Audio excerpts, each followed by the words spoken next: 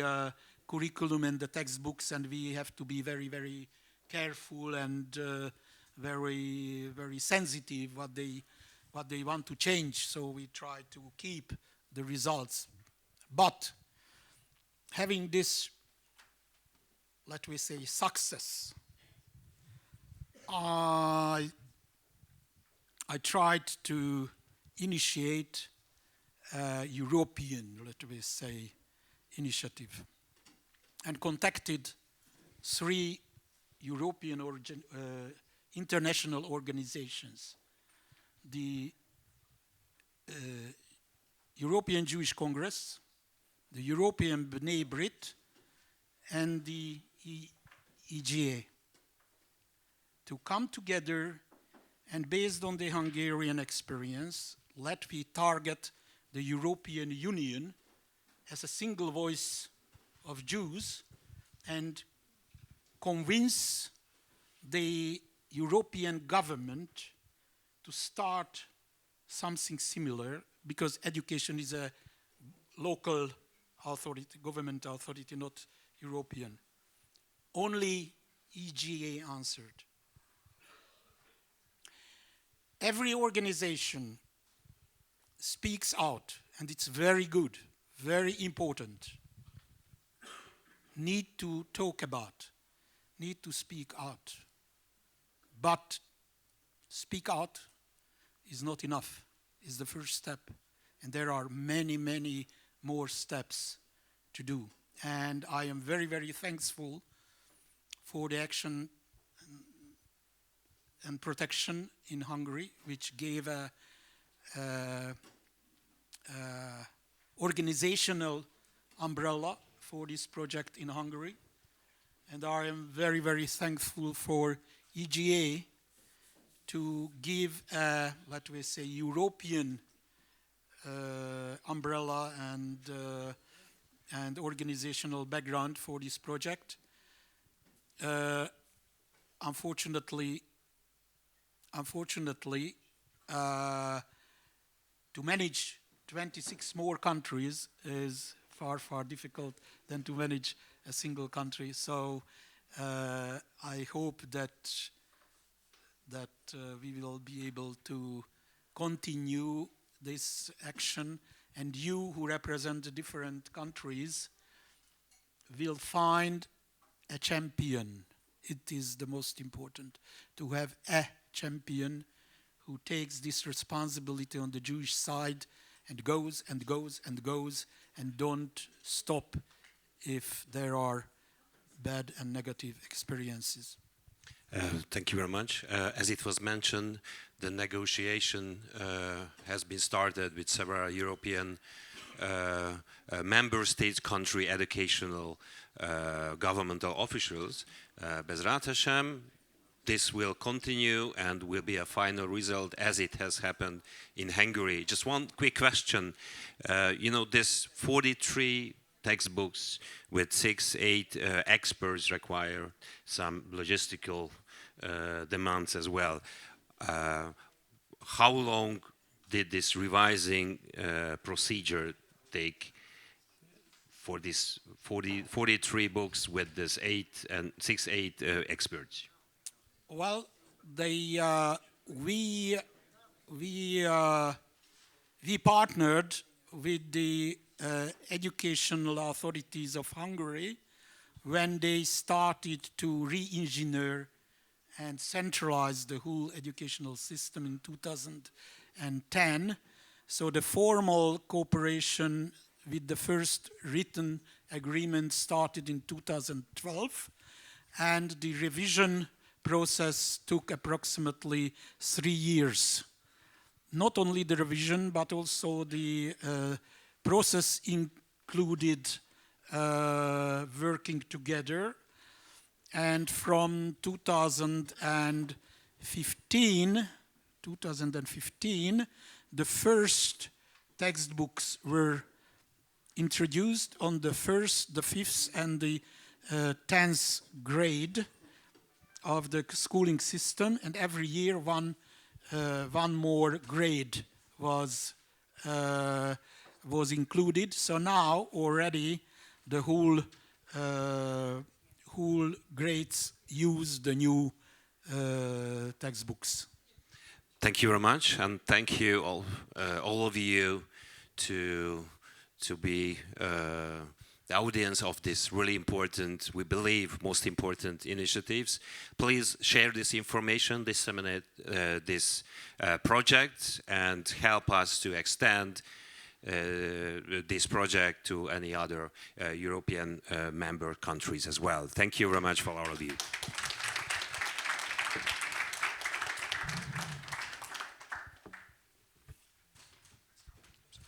Thank you. Thanks, Dr. Olti. Okay, ladies and gentlemen, we're moving swiftly on to our next panel, which is Education as a Tool for Change. This is going to be perceptions from the various communities and various activities and groups who aren't necessarily related to our Jewish world as well, because it's not just talking amongst ourselves that we learn, but also taking experiences from other groups as well. So without further ado, I'm going to ask my dear colleague David Kalfa from EPA France to come and handle and moderate this panel. I would recommend, because we have a number of French speakers on this panel, for those of you who don't already have headphones to grab some headphones as well. Thank you. David?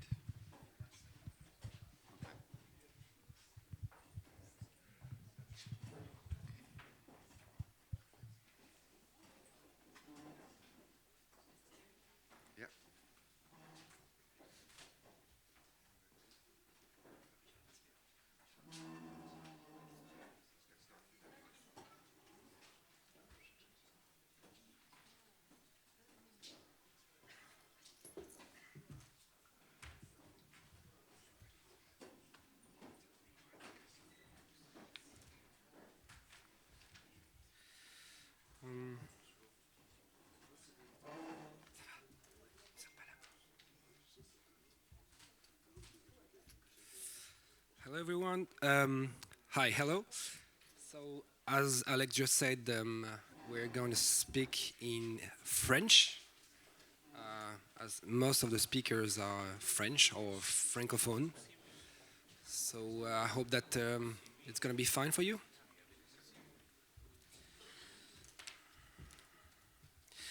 So, the topic of this panel is the role of education in combating anti-Semitism and racism.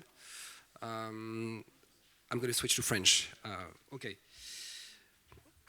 J'aimerais introduire ce panel en citant un auteur que j'aime beaucoup, Romain Gary,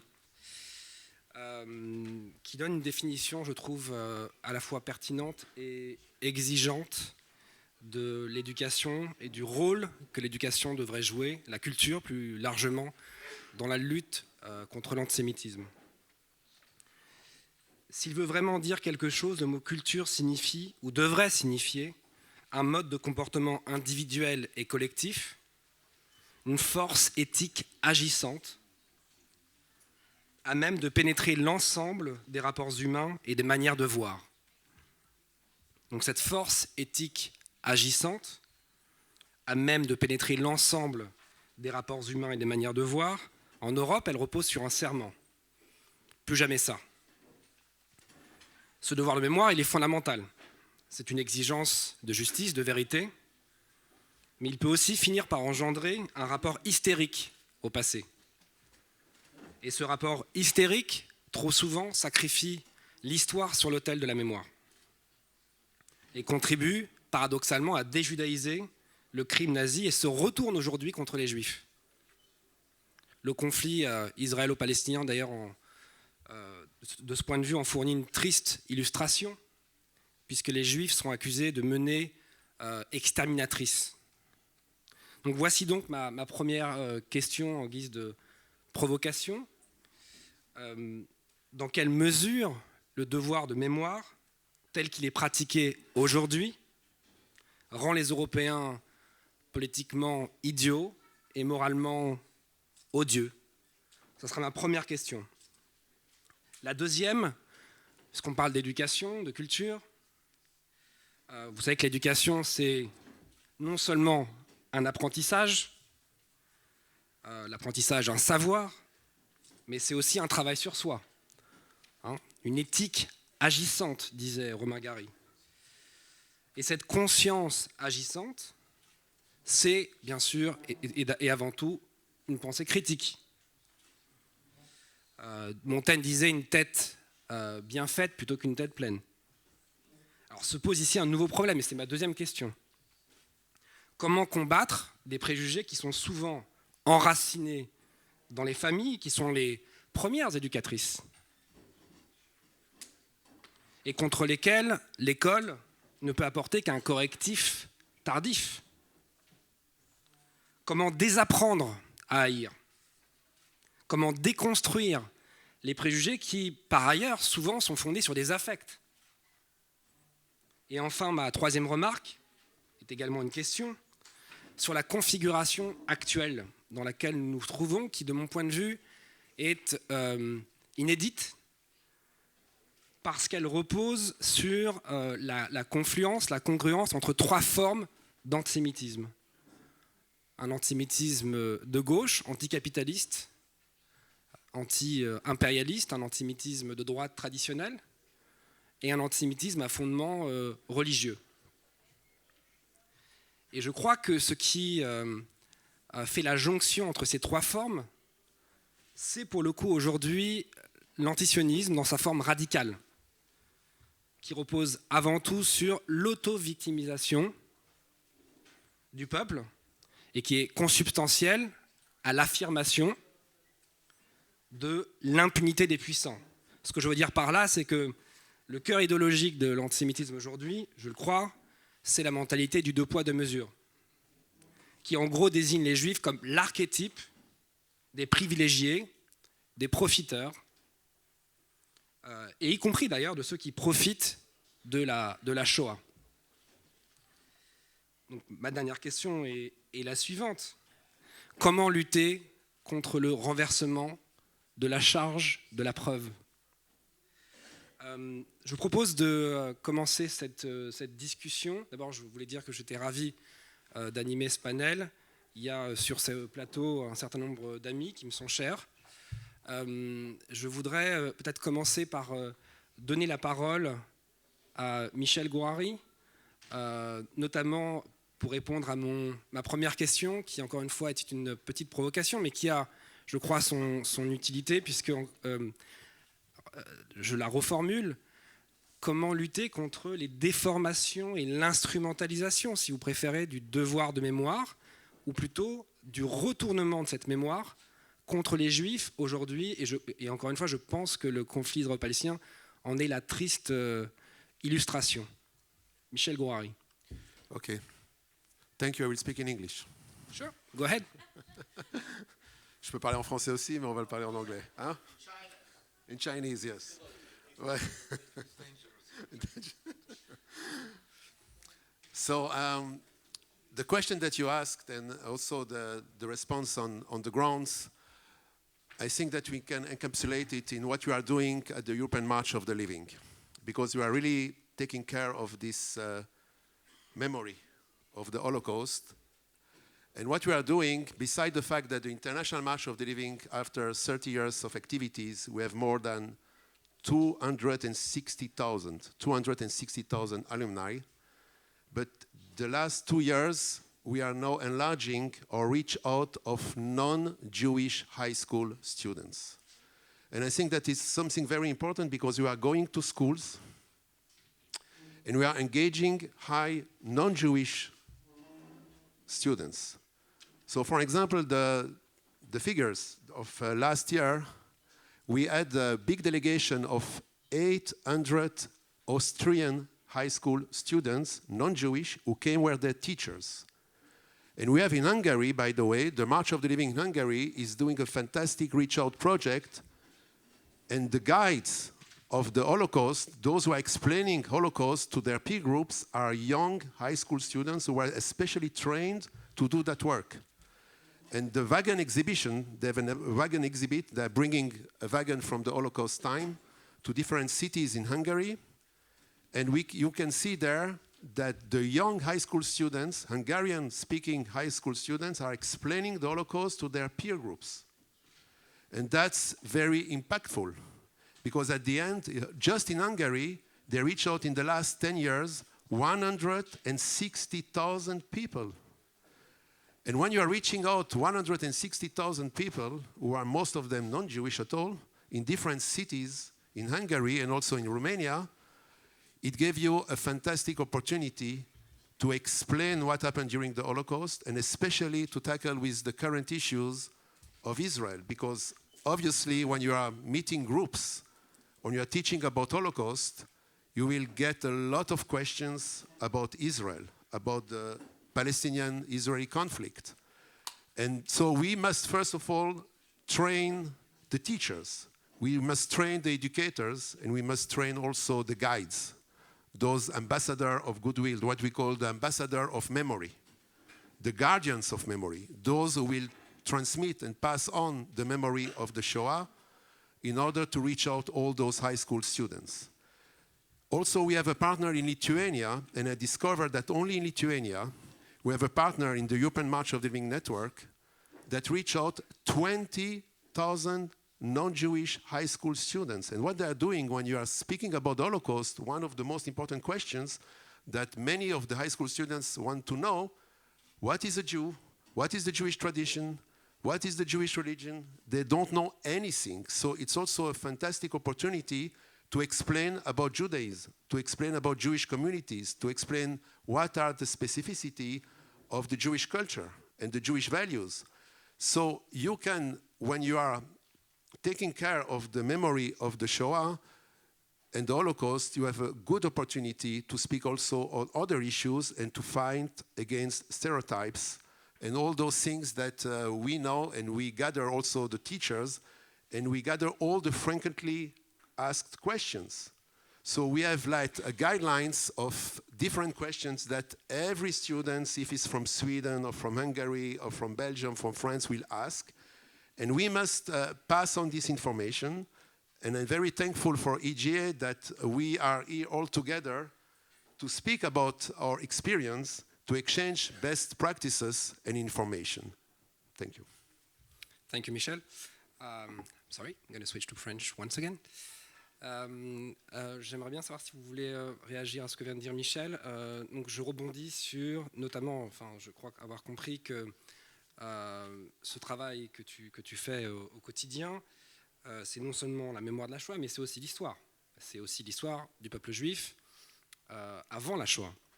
Le peuple juif comme civilisation, comme culture.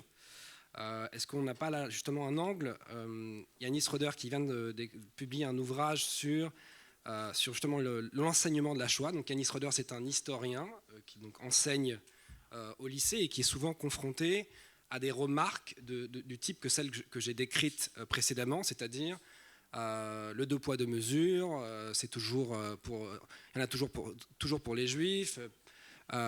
Quid. Ah, on n'a pas de traduction pour monsieur. Okay. So I'm going to try to speak in English then. Yes, sure. So I was saying that Michel just made a point about the education, the role of education in combating anti-Semitism, which is not only speaking about the Holocaust, but also through the destruction of the Jewish people in Europe, to speak about the history of the Jewish people, its civilization. And that's a way to combat prejudices and stereotypes.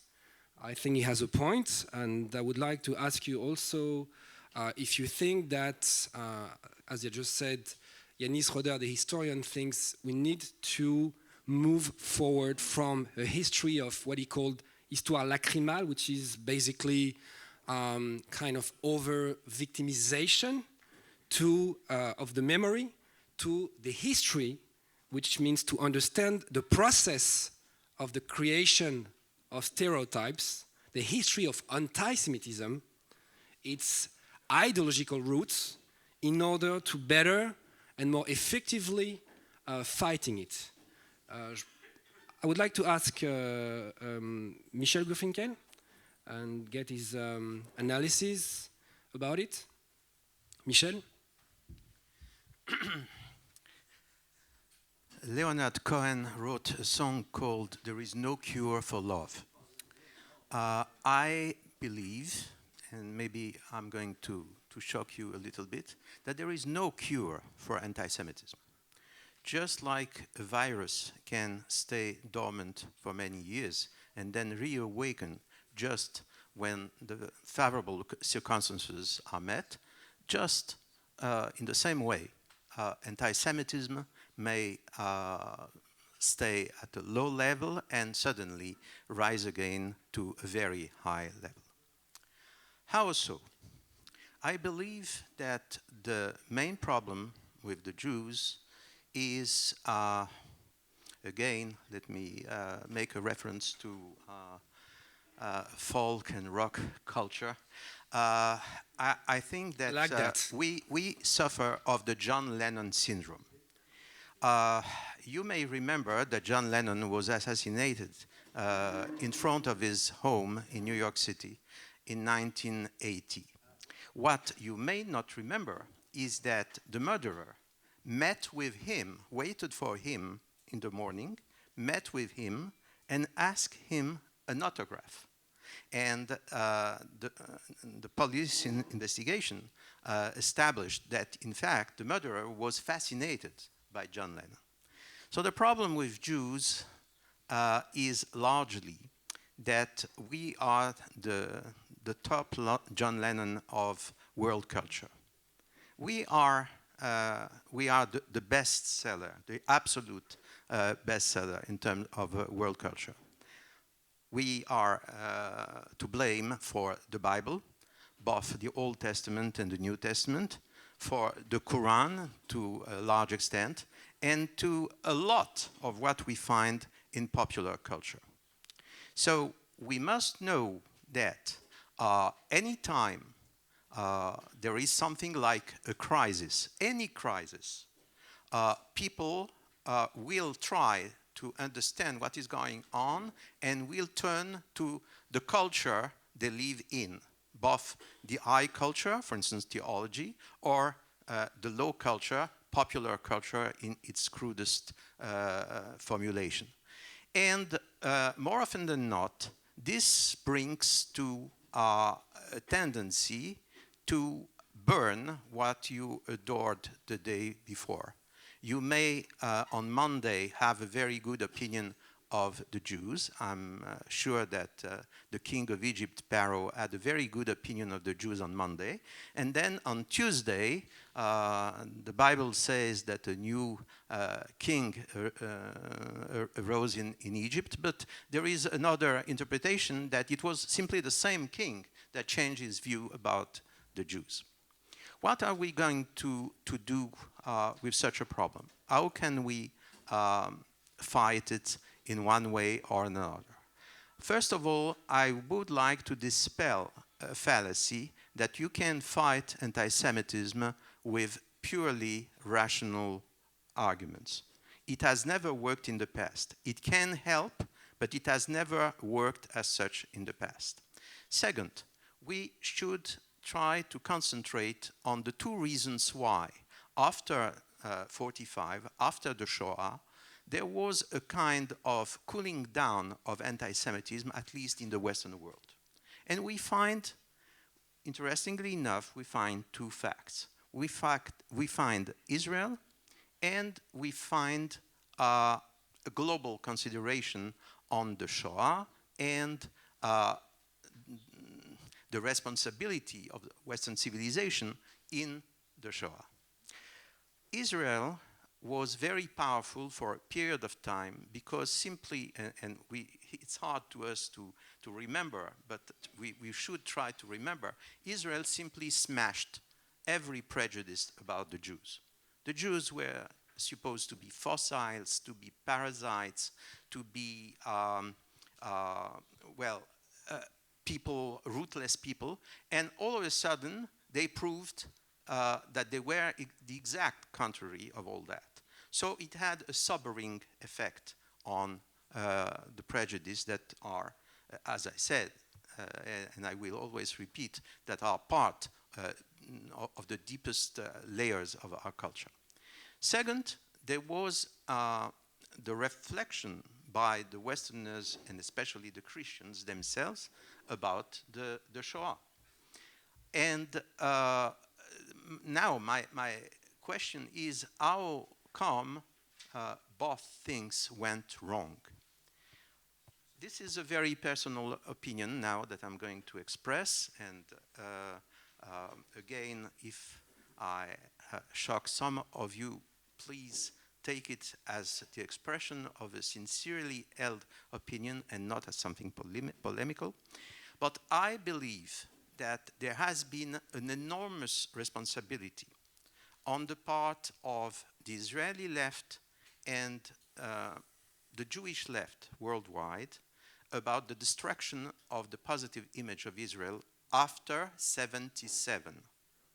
When there was a change in the government of Israel, for tactical reason, lots of people condoned a demonizing view of what was then the new government of Israel, the government of the right, the conservative government of Menachem Begin. A lot of people who engaged into this demonization now have understood that it was a terrible, terrible blunder, but it was done, and it gave a legitimacy not just to criticism of Israel, but to